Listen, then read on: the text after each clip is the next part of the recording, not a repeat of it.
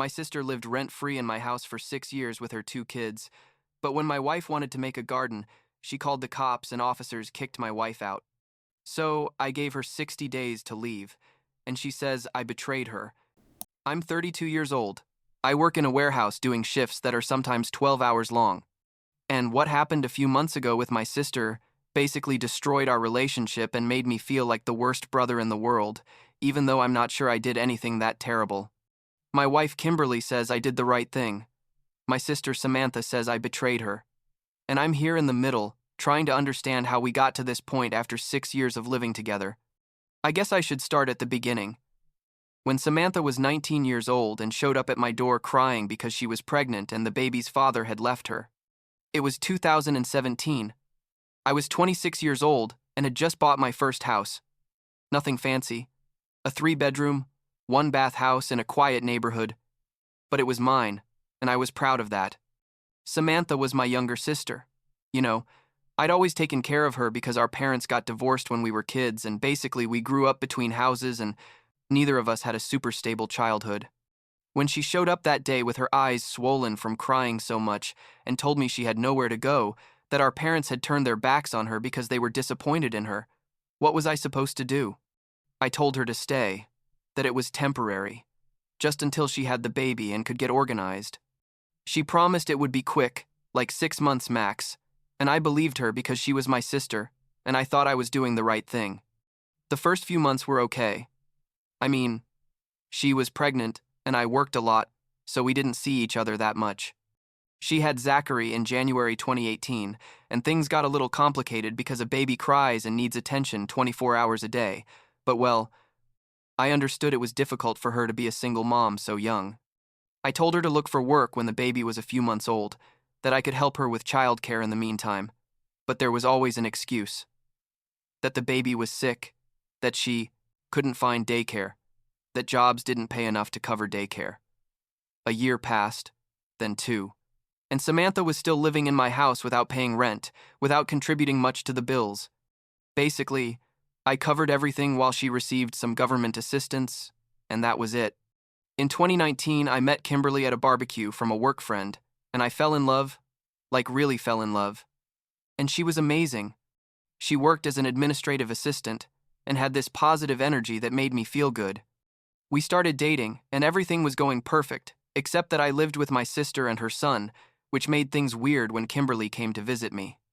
At first, Samantha was nice to her, but I could feel this weird tension. Like Samantha was jealous or upset that I had my own life. Kimberly never complained directly, but I noticed it made her a little uncomfortable. Like my sister basically acted as if it were her house when technically it was mine. In 2020, right when everyone was locked down because of the pandemic, Samantha told me she was pregnant again. Another guy she met on an app, another relationship that didn't last, and there I was again feeling trapped because how was I going to tell her to leave when she was pregnant in the middle of a pandemic? So I swallowed my frustration and let her stay, and in October of that year, Max was born. 2 kids in my 3-bedroom house, Samantha occupying the master bedroom because it was the biggest and she needed space for the cribs, and me sleeping in the smallest bedroom because, well, she was my sister and her kids, and I didn't have kids of my own, so it wasn't a big deal, right? Kimberly and I got engaged in 2021 after dating for like 3 years. And when I proposed to her, I told her that once we got married, she would move into my house, and we would have to talk to Samantha about finding her another place. Kimberly agreed, but I could see in her eyes that she was worried, like she knew it wasn't going to be as simple as I thought.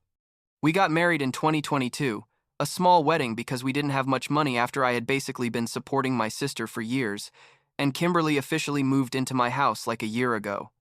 In 2023, things got tense immediately. Kimberly tried to be nice at first. You know, she tried to be the cool sister-in-law and helped with the kids and everything, but Samantha started acting weird. Like she would make passive-aggressive comments about how Kimberly organized the kitchen or how she decorated the living room, and I was in the middle trying to keep the peace between my wife and my sister. Kimberly would tell me privately that we needed to have a serious conversation with Samantha about moving out, that it had already been 6 years, and that we wanted to start our own family and needed the space. And I knew she was right. But every time I tried to bring up the topic with Samantha, she would start crying or say she didn't have money or that the kids were established in their neighborhood school.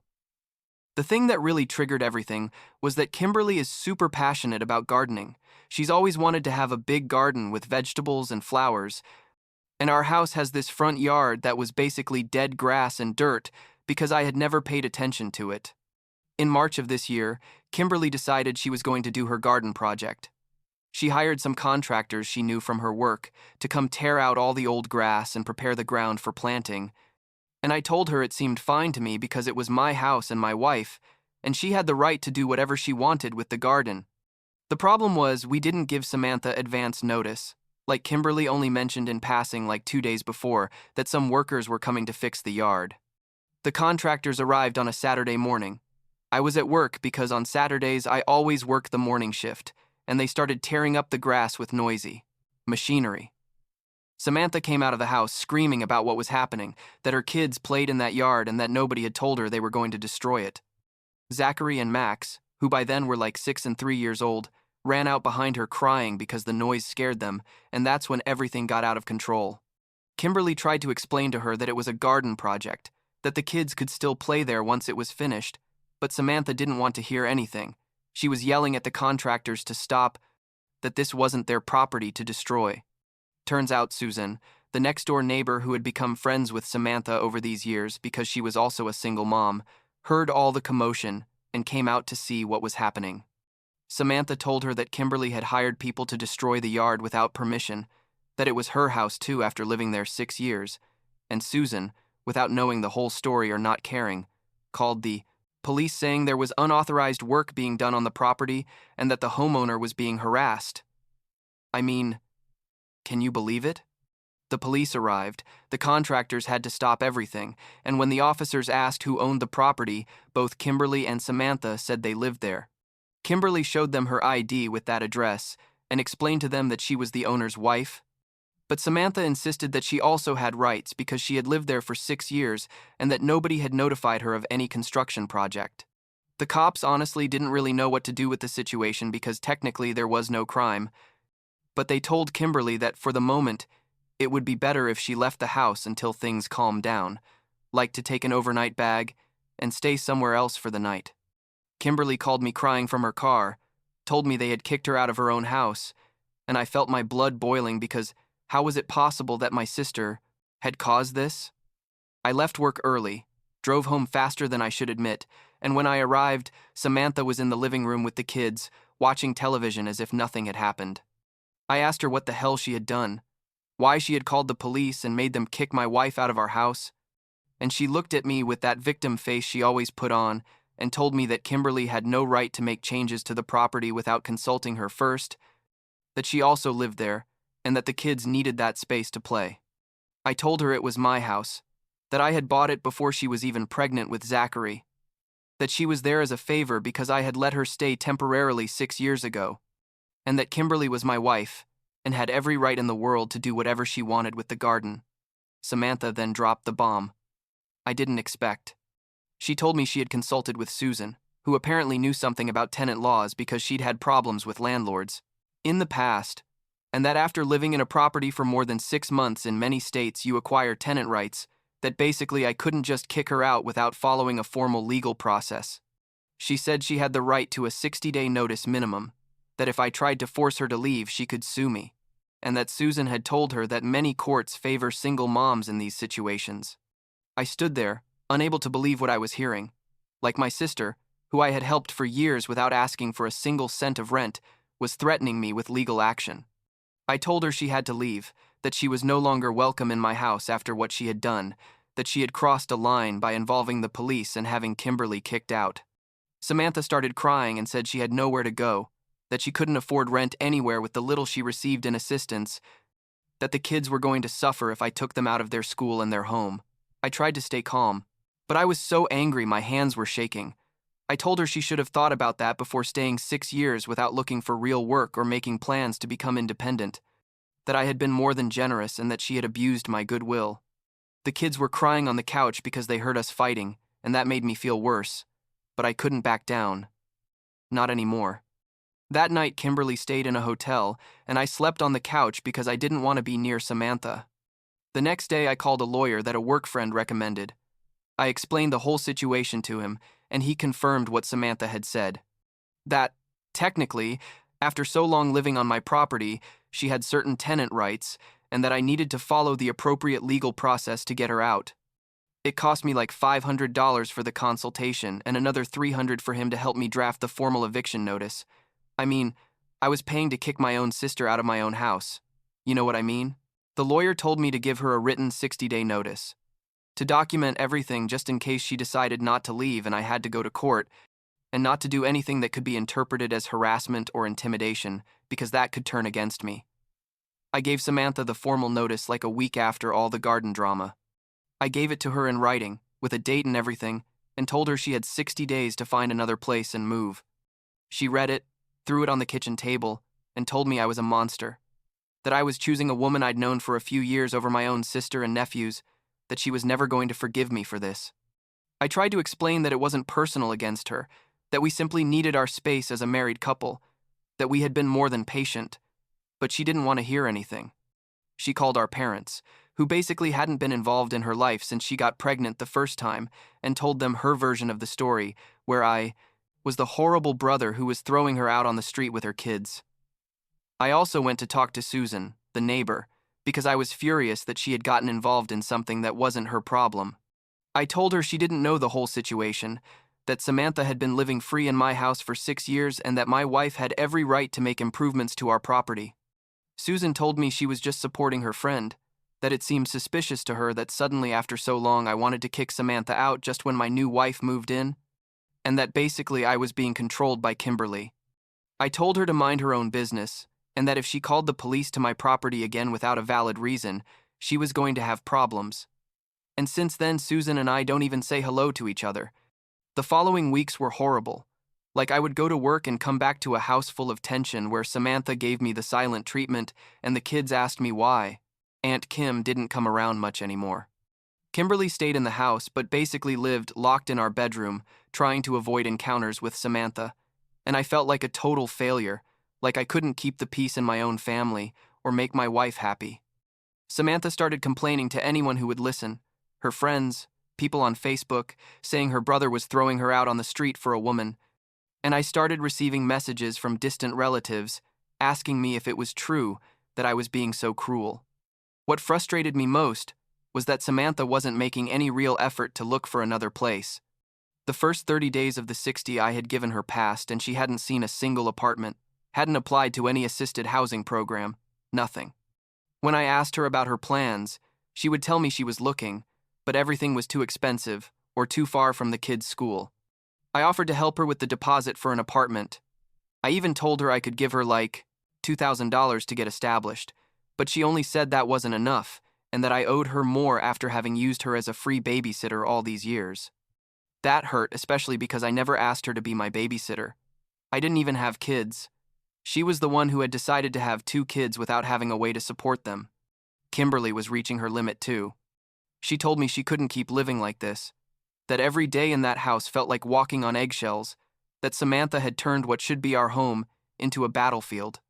We started talking about selling the house and moving somewhere else, but that wasn't simple either, because with Samantha still living there as a technical tenant, selling was complicated. But the lawyer told me I could sell, but that I would have to disclose to any buyer that there was a tenant on the property, which basically would make the house impossible to sell at a decent price. Like in week 45 of the 60-day notice, when there were only 2 weeks left, Samantha finally started packing. Not because she wanted to, but because I think she realized I was serious, and that if she didn't leave voluntarily, I was going to have to take her to court, and that was going to be on her record and make it harder for her to rent in the future. She found a 2-bedroom apartment like 40 minutes away. It wasn't ideal, but they accepted her application despite not having stable work because she qualified for housing assistance. I offered to help her pack and move her things. More because I wanted to make sure she actually left than to be nice, but still. The day she moved out, which was exactly day 60 of the notice, because she stretched it to the last possible moment, I rented a small truck and spent all day loading boxes and furniture. Zachary and Max were confused, asking why they had to leave, and I didn't know what to tell them except that sometimes adults have to make difficult decisions.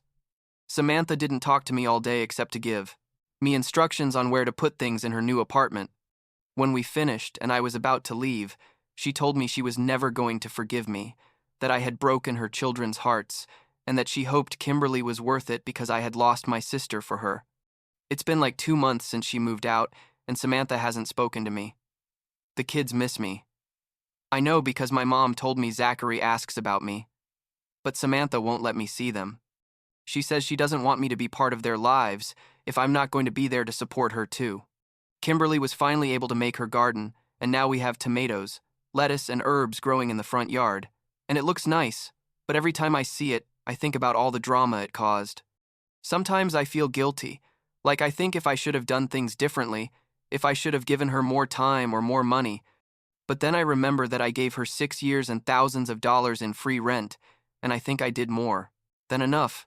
My parents told me recently that Samantha is fine in her new place, that the kids are adapting to their new school, and that she finally applied to a job training program that could help her get work.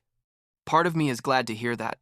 Another part of me is angry that it took being forced to move for her to finally start doing something with her life.